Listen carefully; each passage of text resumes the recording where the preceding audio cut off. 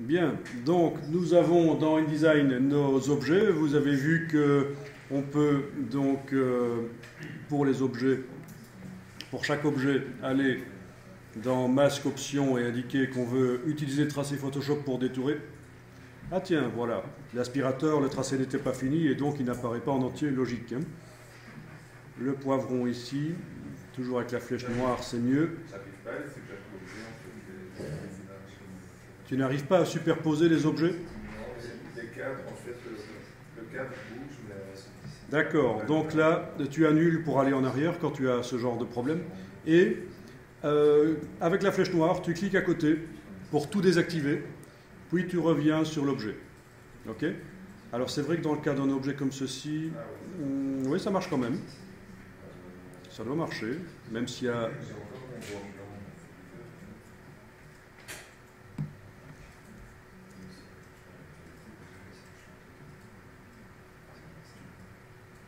Alors il ne faut pas vous inquiéter que les images ont l'air d'être de mauvaise qualité dans InDesign. En fait, elles sont de mauvaise qualité. C'est fait exprès, c'est pour que la mise en page aille plus vite.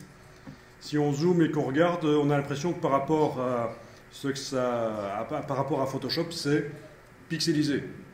Mais c'est tout à fait normal, c'est juste dans l'interface de InDesign pour que les choses aillent plus vite. Mais on pourrait demander qu'elles soient en haute définition et que ça soit nickel. Mais sachez-le de toute façon, quand on exportera le PDF, ce sera nickel. Donc c'est une prévisualisation, ce sont juste des images de travail dans InDesign. Ok, on ne va pas rester très très longtemps dans InDesign, mais on va quand même faire des petits tests ici. Vous allez peut-être déjà enregistrer le document en InDesign, fichier enregistré sous, et on va l'enregistrer dans le dossier d'aujourd'hui. Et je vais appeler ça doc InDesign tout simplement. Voilà, 01.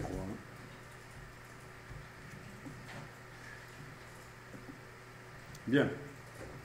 Alors pour ce qui est de la gestion de l'empilement des objets, vous avez la palette des calques. Menu fenêtre calque, si vous ne la voyez pas sur la droite, menu fenêtre calque. Et quand vous ouvrez le contenu du calque, vous avez les différents objets et vous pouvez donc les déplacer comme ça. Bon, par exemple, voyons un peu si je les superpose, parce que là, ils ne sont pas superposés. Voilà. Toujours flèche noire, cliquez à côté. Quand vous voyez un cadre brun qui apparaît, prenez la flèche noire, cliquez à côté et revenez sur l'objet. Le cadre brun, c'est pour manipuler les contenus et ça ne nous intéresse pas. Ok. Donc, l'empilement des objets peut être géré comme ça, vous voyez. Bien. Bon. Donc ça, c'est pour ceux qui se poseraient la question, tiens, si je veux modifier l'ordre d'empilement des objets, comment fais-je?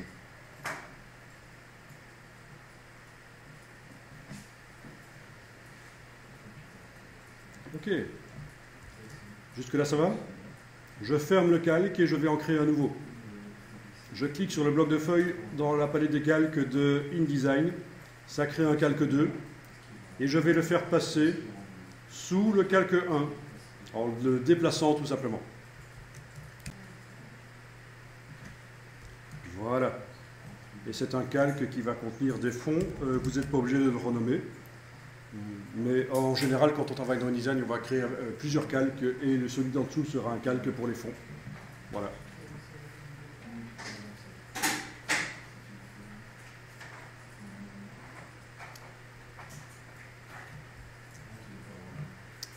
Le calque 1, on peut le verrouiller en cliquant ici. Et dernière chose qu'on va faire pour l'instant dans InDesign, c'est qu'on va aller créer sur le calque fond un fond qui va me permettre de voir que même mes poivrons qui étaient sur fond blanc et l'aspirateur qui était sur fond blanc, eh bien, ils sont véritablement entourés de transparence grâce au tracé. D'accord? Donc j'ai créé un nouveau calque, je l'ai déplacé en dessous, je l'ai renommé fond, mais ça vous n'êtes pas obligé de le faire. Et pour être sûr de ne plus travailler sur le calque 1 qui contient mes objets, je l'ai verrouillé par la deuxième colonne ici. Et le calque fond est en surbrillance, c'est celui que je travaille, et je vais aller créer rapidement un bloc avec l'outil bloc, ici l'outil rectangle, Ah oui, vous avez peut-être la palette des outils en une colonne. Faites-la pas sur 2 colonnes, c'est plus sympa. Voilà, outil rectangle ici. Et vous tracez simplement sur la page un rectangle. Voilà.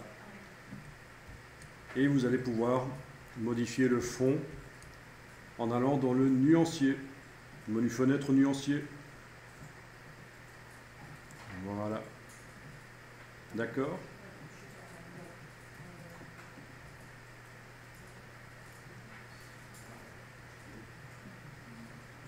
Donc, dans le calque fond, je viens de tracer un rectangle, j'ai zoomé en arrière, hein, un rectangle qui est plus grand même que la page. La page, c'est le cadre noir qu'on voit ici. Et dans la palette des outils, c'est cette case-ci qui est au premier plan. C'est cette case-là qui est au premier plan, celle qui concerne le fond et pas le contour. Et je suis allé dans le nuancier, menu fenêtre nuancier, j'ai cliqué sur le noir ici et puis j'ai été modifier la teinte du noir. Tout simplement. C'est juste un exemple, j'aurais pu faire avec le cyan, avec le bleu, modifier la teinte du bleu. En tout cas, voilà, on voit que mon poivron est vraiment entouré de transparence, le fond original n'y est plus. Même chose pour l'aspirateur, vu que je n'ai pas fait de tracé ici pour le trou, ben c'est du blanc. Par contre, pour ma théière, j'avais fait un tracé pour le trou et c'est du transparent.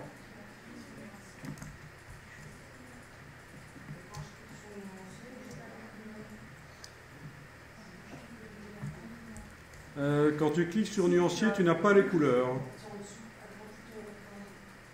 Ouais. Donc, il faut bien voir l'objet sélectionné, l'objet sur lequel on veut mettre la couleur. Bien, j'ai pas besoin de contour. Ok.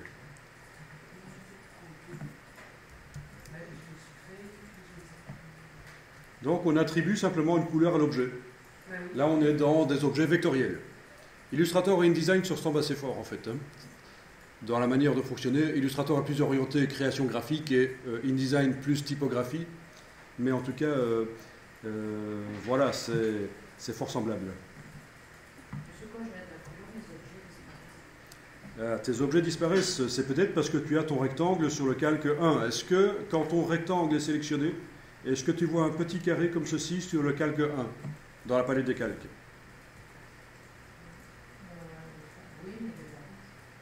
Il n'est pas rouge, mais ça, c'est pas grave.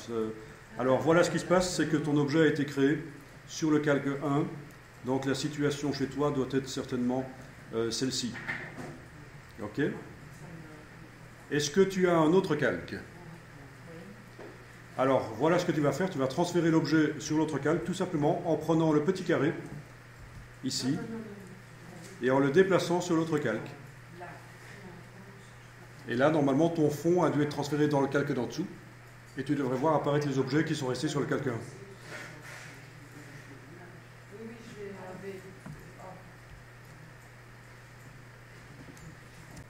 Bien. Alors, il y en a certains parmi vous qui ont les objets qui sont franchement fadas dans InDesign. C'est parce que vous avez laissé le calque qui nous a servi à affadir, vous l'avez laissé en fait. Et donc, par exemple, comme ceci, vous avez la théière qui est fadas comme ça. Alors, que faire? Eh bien, il faut retourner, modifier le fichier Photoshop. Si vous ne savez plus, si vous l'avez fermé, on peut demander à InDesign d'ouvrir lui-même le fichier Photoshop.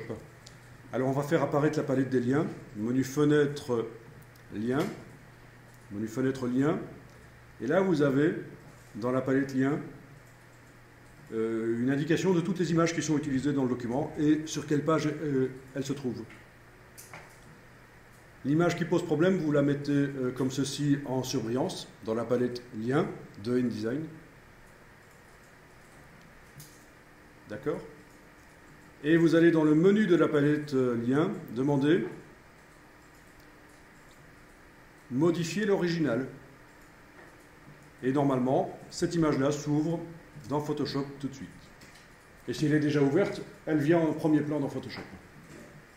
Et c'est là que vous allez pouvoir enlever l'œil en face du calque de réglage pour avoir les vraies couleurs.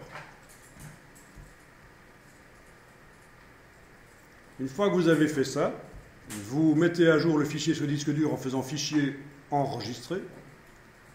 Et dans InDesign, la mise à jour est automatique là. Sinon, il faudra demander dans le menu de la palette lien de mettre à jour le lien. D'accord? Si ça ne se met pas à jour tout seul. Vu qu'on a demandé de modifier l'original, c'est pour ça qu'à mon avis, ça s'est mis à jour tout seul. Sinon, il faut mettre en surbrillance comme ceci le lien et demander mettre à jour le lien. Il y aura un petit panneau ici qui apparaîtra pour dire que le lien a changé, le fichier a changé sur le disque dur depuis la dernière fois qu'il a été importé. Est-ce que vous voyez ou ça c'est pas compréhensible? Est-ce que tu as enregistré l'image dans Photoshop en faisant fichier enregistré? Est-ce que dans InDesign tu vois un petit panneau là? Un petit panneau d'exclamation jaune? Non? Non, je l'avais sur l'image. Est-ce que ton image a changé? Non? Ouais, maintenant, je n'ai plus le panneau là. Et l'image a changé depuis que tu en... Le fond, en fait, non. Ok, je vais venir voir ce qui se passe. Bien. Alors, si vous voulez voir ce que ça va donner à l'impression, vous avez ici en bas à droite, quand vous avez mis la palette des outils en 2 colonnes. Vous avez ici en bas à droite la petite icône, vous pouvez cliquer. En désélectionnant tous les objets avec la flèche noire, je clique à côté de tout et vous avez une prévisualisation de ce que ça va donner.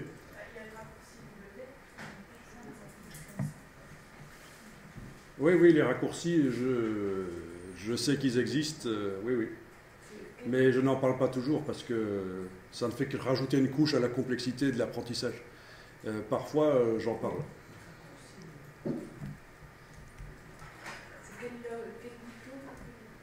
Donc, vous cliquez sur l'icône de droite dans le bas de la palette des outils quand elle est mise en 2 colonnes.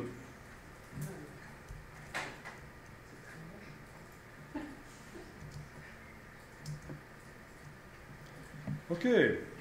Alors, si je veux faire des ombres sous les objets, si je veux faire en sorte, par exemple, que ma théière soit avec une ombre. Alors, regardez, ne faites rien.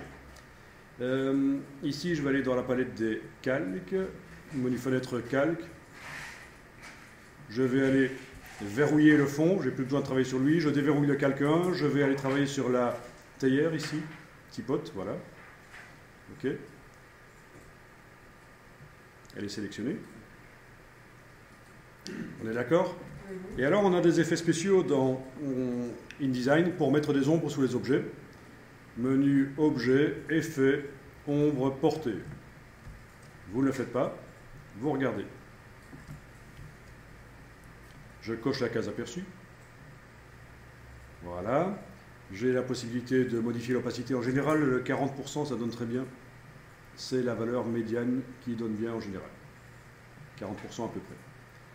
Ça, c'est l'ombre portée. Et puis, il faut déterminer, évidemment, la distance, voilà, et l'angle, etc. Bon, ceci est une ombre portée qui ne donne pas l'impression que l'objet est posé sur quelque chose, évidemment. C'est le genre d'ombre, c'est le genre d'effets spéciaux qu'on utilise quand on veut donner l'impression que du texte ou un logo se détache un peu du fond. D'accord? Donc on va utiliser ce genre d'effet spécial, mais bien sûr, ce n'est pas ce qu'on va faire ici. Donc je vais aller retirer ça. Je sélectionne l'objet, objet, effet, effacer les effets, voilà. Donc il n'y a plus d'ombre. Je voulais simplement préciser que l'ombre portée qu'on trouve dans InDesign et qu'on trouve également dans Photoshop, ce n'est pas la solution. Ça ne sert que quand on fait des affiches. Si je veux vraiment donner l'impression qu'il y a une ombre réaliste sous la théière, je vais devoir aller retravailler dans Photoshop ici. La dessiner soi-même, exactement. Ça vient du dessin. Alors, vous êtes dans Photoshop sur un de vos objets, poivron, théière, peu importe, et vous allez l'enregistrer, fichier enregistré sous. vous allez l'enregistrer sous un nouveau nom. Fichier enregistré sous, je vais indiquer que c'est avec ombre. Voilà.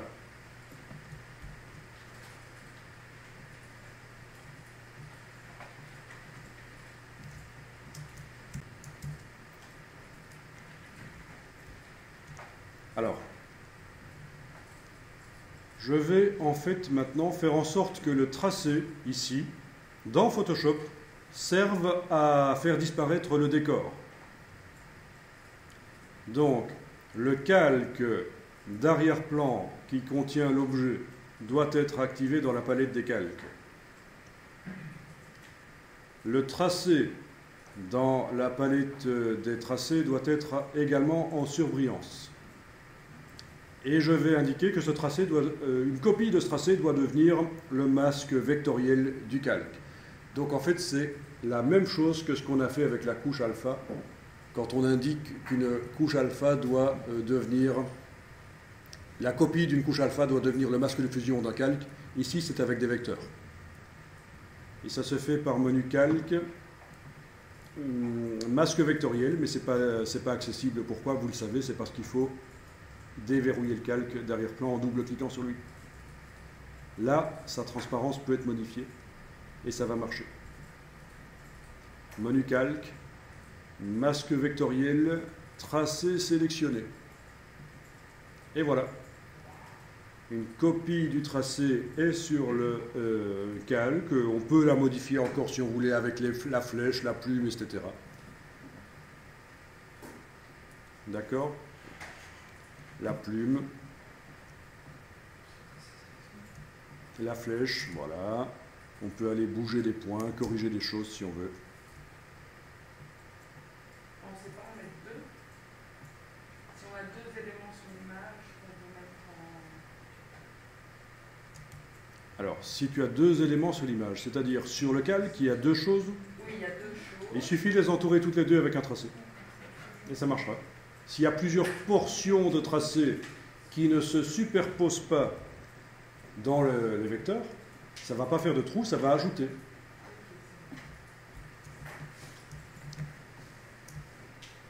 Ok, donc vous avez vu qu'avec la flèche, quand j'ai la plume activée dans la palette des outils, si j'enfonce la touche CTRL du PC, commande du Mac, et que la partie droite ici du calque est encadrée, j'arrive à aller bouger les vecteurs.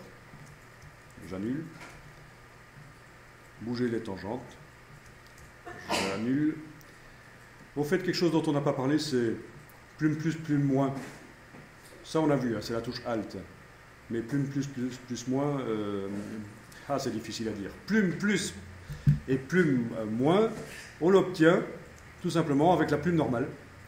Si je m'approche d'un endroit du tracé qui n'a pas de point, ça devient une plume plus. Si je m'approche d'un endroit du tracé qui a un point, plume moins, c'est logique. Hein? Ok? Donc, voilà. Donc, on a ce qu'on appelle un masque vectoriel. Et ça, pour des objets à bornettes, c'est parfait. C'est encore mieux qu'un masque de fusion. On verra plus tard qu'on peut mettre les deux sur le même calque. Suivant, je vous avais donné l'exemple, un personnage qui est bien net, ses vêtements, et puis on a ses cheveux qui sont flous. Donc on va avoir un masque vectoriel pour les vêtements et un masque de fusion pour les cheveux. Donc c'est pas impossible, on peut mettre les deux sur le même calque. On aura donc 3 vignettes qui apparaîtront.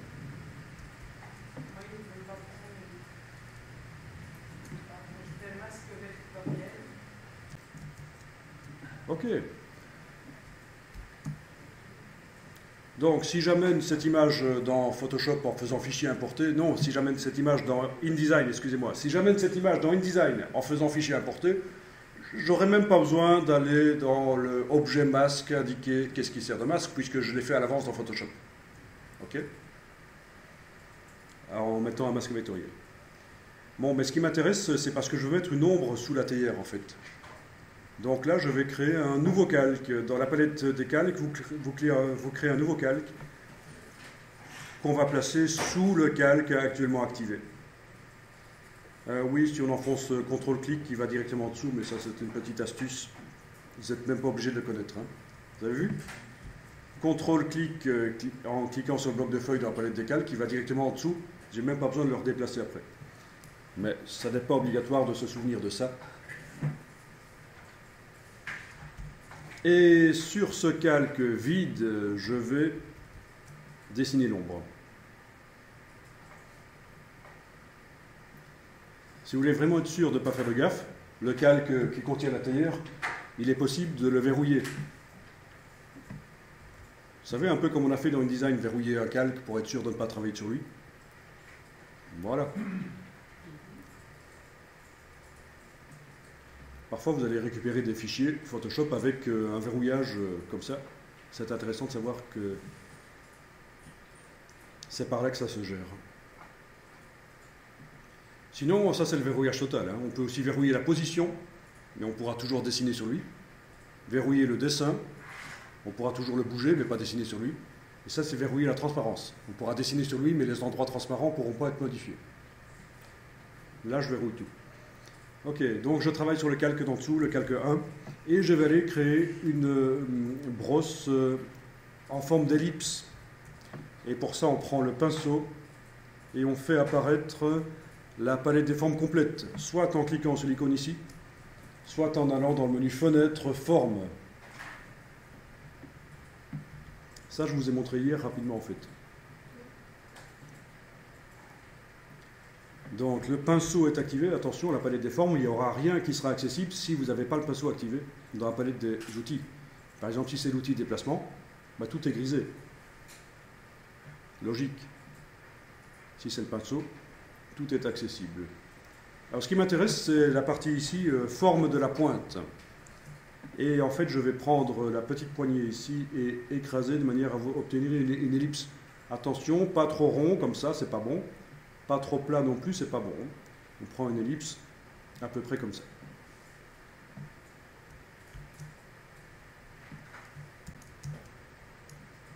Ok, ça marche?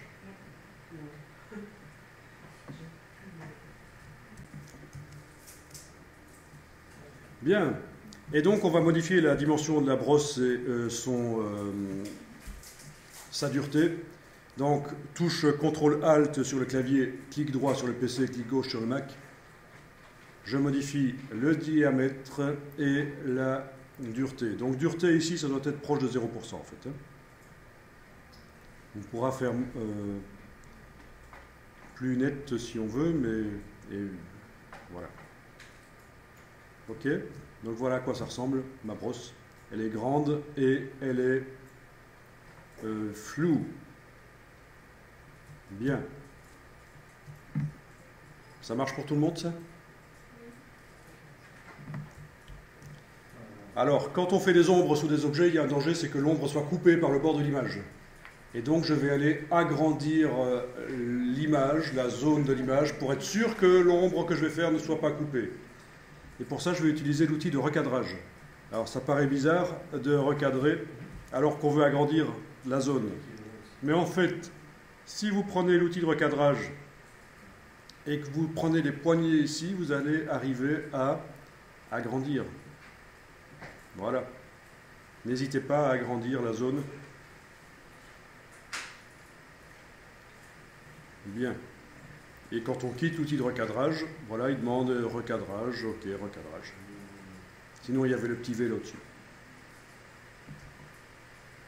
Donc, avec l'outil de recadrage, j'ai recadré en agrandissant en fait. Bon, ici, vous n'avez eu aucun problème, mais je vous précise quand même que si vous avez un problème pour arriver à recadrer, il faudrait aller voir de ce côté-là. Il faudrait être en recadrage libre. Parce que s'il y a des choses qui sont indiquées ici dans les cartouches, par exemple 20 cm et 10 cm, voilà, c'est des choses qui peuvent dater d'une session précédente de Photoshop. Hein. Eh bien, l'outil de recadrage, vous n'arriverez pas à changer ses proportions. Il sera toujours avec des proportions de 2 en largeur, 1 en hauteur, parce qu'on est en 20 cm sur 10. Et donc dans ce cas-là, il faudra aller passer en libre. Voilà, comme ça vous mettez comme vous voulez. Pardon? Là, on n'en était pas encore à faire l'ombre en fait. Hein. On recadre. Ok. Bien. Donc, vous êtes en train de travailler sur le calque d'en dessous. On prend le pinceau, on a notre brosse spéciale et on va dessiner en noir. Donc, il faut du noir dans la case de premier plan. Du vrai noir. Et vous cliquez vous ne bougez pas la souris, vous faites simplement un clic. Comme ça. Voilà. OK? Donc on vient de poser l'ombre là-dessus.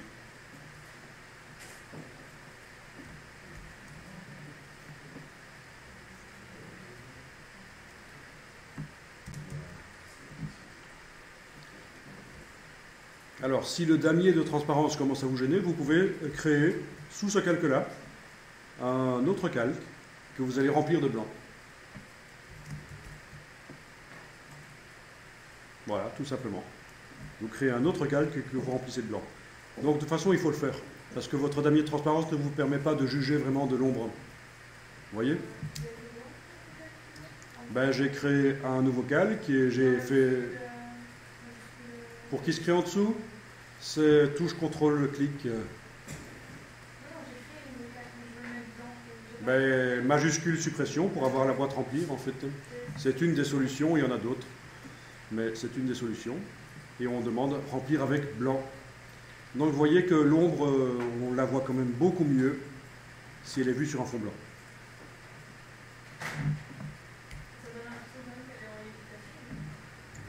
Mais enfin, vous êtes rabat-joie quand même. Ok. Est-ce que ça marche jusque-là?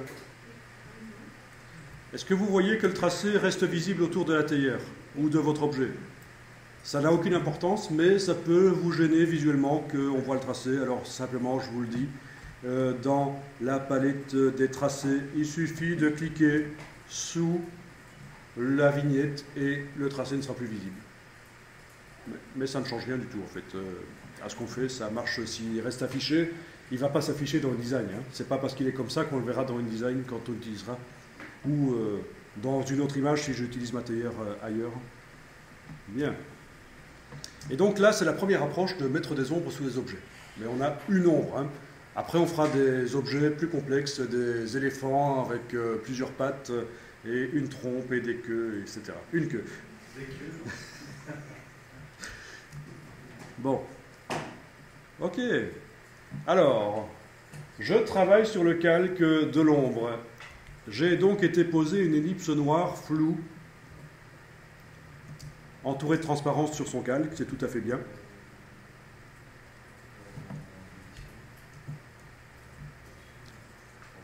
Mais il me faut maintenant que je l'ajuste au niveau de la dimension, de ses proportions. Je vais dans le menu Édition, Transformation manuelle. Édition, Transformation manuelle. Et là, sans enfoncer la touche majuscule, je modifie les proportions, je modifie la position. Alors parfois, vous allez voir que ça cale, que vous n'arrivez pas à positionner comme il faut. C'est à cause du magnétisme. Il faudra aller dans le menu Affichage, désactiver le magnétisme. Ça, c'est un système pour que les objets collent les uns sur les autres tout seuls. Ça peut être sympa, mais parfois ça nous ennuie. Donc c'est le menu Affichage, magnétisme à décocher si vous sentez que vous n'arrivez pas à faire ce que vous voulez vraiment. Donc la dimension. Ah oui, au fait, petite astuce, hein, comme dans Illustrator d'ailleurs. Quand vous prenez une poignée et que vous enfoncez la touche Alt, vous voyez ce qui se passe? La dimension se modifie par le centre en fait. Dans ce cas-ci, ça peut être pratique. C'est la touche Alt pendant qu'on prend une poignée du coin. C'est pour que la transformation se fasse par le centre. Et le centre, c'est la petite cible ici. Si vous ne l'avez pas bougée, elle est au centre.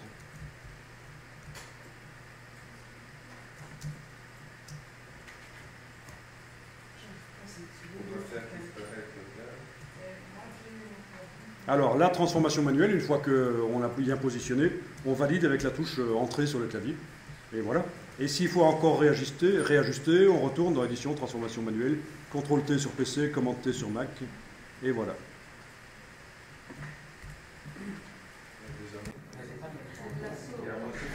Bon. Alors, donc, sachez-le, si on veut vraiment une ombre super réaliste, il faudra en fait faire deux calques. Un qui contient une petite ombre sombre sous la théière et un autre calque qui contient une ombre plus grise pour faire ce qu'on appelle la zone de pénombre. Donc, les deux ombres seront en dessous de la théière, ça c'est sûr. Ça n'a pas d'importance qu'il soit en dessous ou au-dessus. D'ailleurs, je vais vous le faire là tout de suite, mais ça vous ne le faites pas. Vous regardez, j'ai simplement dupliqué le calque. Je vais maintenant l'agrandir. Voilà, je l'agrandis. Celui-là, je vais le faire avec une opacité moins importante. Voilà. Celui-ci, je vais pouvoir le rétrécir un peu éventuellement aussi. Donc, c'est ça que je veux vous dire. C'est qu'il y a possibilité donc, de faire deux zones. Et d'ailleurs, on refera ça. Hein. Vous voyez que j'ai deux calques. Hein. Un calque qui est en opacité 100%, qui est donc noir, et celui-là, opacité 54% dans ce cas-ci, et qui est donc gris transparent. Et je peux même le repositionner différemment pour donner l'impression que la lumière vient de la droite ou de la gauche. Donc voilà.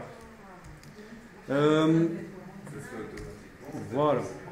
Qu'est-ce qui se fait automatiquement ? Le fait que l'ombre... Ah ben ça donne l'impression, c'est du dessin, ça donne l'impression, oui. Ok, logiquement il faudrait que je regarde d'où vient la lumière sur la théière pour savoir où je dois positionner l'ombre, on est d'accord, hein. Et alors je vais terminer ici simplement en vous montrant que... non, je ne vous montre pas parce qu'on verra demain matin et on n'a pas assez le temps, il est déjà 17. On continue demain matin. On redémarre de cette image-là et on va simplement la mettre sur une image d'un décor sympa. Et vous allez voir que les ombres sont transparentes et ça sera vraiment réaliste. On aura vraiment l'impression que l'objet est posé dans le décor. Et ce sera l'occasion de parler de la notion de groupe. Voilà, pour faciliter le transfert de plusieurs éléments. Faciliter le transfert de plusieurs éléments d'une image à l'autre, on va créer des groupes, c'est-à-dire un dossier qui contient dans la palette des calques plusieurs autres calques. Voilà.